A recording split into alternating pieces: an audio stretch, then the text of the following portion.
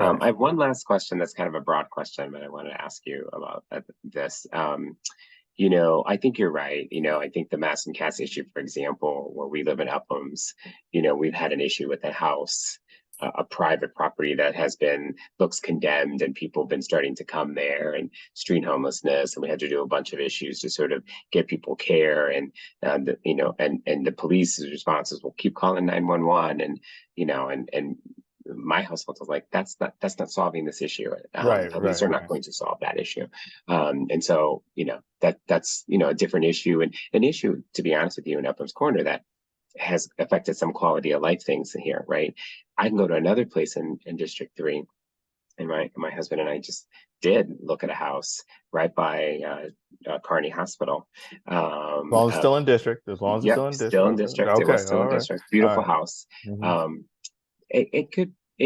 It's still it's the same city, it's the same city council district, but they could be, light years away, thinking about some of the quality of life issues and some of the populations and some, the pieces that we love here around the diversity. It isn't there, and we end up obviously not buying that house and staying in the home we own now. But the reason I ask you this is I think District 3 is so broad, and there's a very diverse groups of folks and different needs and different populations, etc.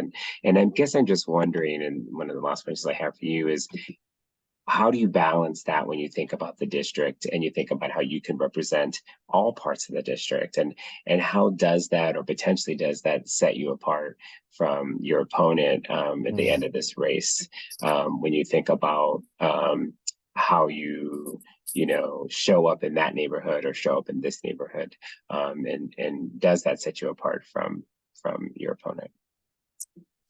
I say the difference between me and my opponent, and why I feel like I could represent the entire district, is because Marty, I think we're from very different backgrounds, but we're going through the same things in this city, right? You send me to City Hall, I will have 3 kids and my wife and myself, and we still live in a 2-bedroom, and that's across the city. That's any part of District 3 you go into, everyone's doing that. Like, they're like, oh well, we're a little crushed right now. We're a little stacked, right? If you send me to City Hall, right, I will still have kids in overcrowded, underfunded schools, right? That we love. Just like you love your school, just like you love your teacher, but it's not giving the same education that they deserve, right? So when you send me to City Hall, like, I will be going through the same things that you're going through, right? I can't check out. I can't afford private school. Couldn't afford it with 2. Definitely can't with 3, right? Like, this is the thing. You saw the baby. It's real. Like, it's not right.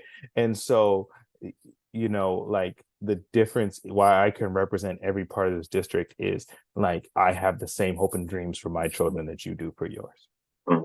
I moved here hoping to have a multi-generational home like yourself, where my mother-in-law could come and live with us. She beat stage 4 cancer.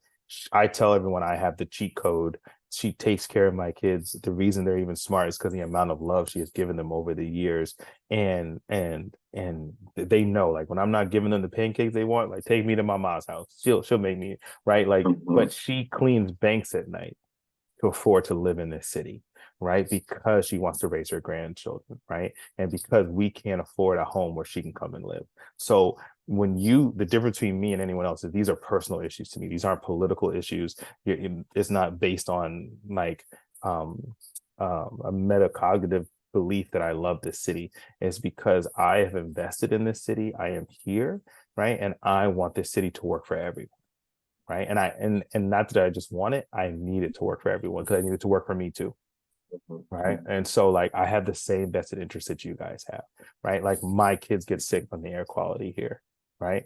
Right. I worry about my mother-in-law walking home late at night from the bank because she doesn't have streetlights in her neighborhood, just like a lot of people here. Right. So these are real deal issues to me. I took the Mattapan trolley for 4 years straight. I take the red line to work every day. My commute went from 30 minutes to an hour and a half, right? Like, these are like real deal things that affect my house.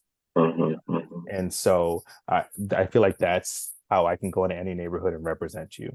Because Yeah. tell me your hopes and dreams, I have the same. I want my oldest to go to the O'Brien, right? I Mm-hmm. want him to learn how to draw and speak other languages and be able to go on and conquer this world, just like you want for your child, right? And so I there's no neighborhood I've gone into that doesn't experience the same thing I'm experiencing. You know, where you're talking about near Kearney Hospital, I've talked to, there's a ton of special ed teachers over there, a ton of young parents like myself. I even met a woman from when I was in Savin, a woman from DPS. She was like, you know, do you feel like the parents are attached to a building because it's hard to make changes? I was like, no, the young parents like myself that have young kids, we just want our kids to go to a great school. Right. No, we're not attached to a building anymore. We're attached to the success of our children.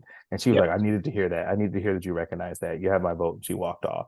Right. And that's the difference between me and anyone else who's running in this race, is because I get that. And so, Well, great. I think that's great. I appreciate hearing that, and I think I think our conversation sort of reinforces what's separating you and setting you apart, and so I'm just really excited to be able to support you and to do whatever I can to make sure I can then call you, Counselor Richards, and call you yes. and tell you what I think we need to be doing about a lot of this stuff. So You already have I my phone appreciate it. number, so you just call. Absolutely, absolutely. No, man, I really appreciate you doing this. I didn't For know where this sure. was going. You were supposed to give me soft questions. I thought, Mike, you didn't email him that. It was supposed to be. This is perfect. So I appreciate it. Whatever, I mean, if there's pieces that you take from this that I can repost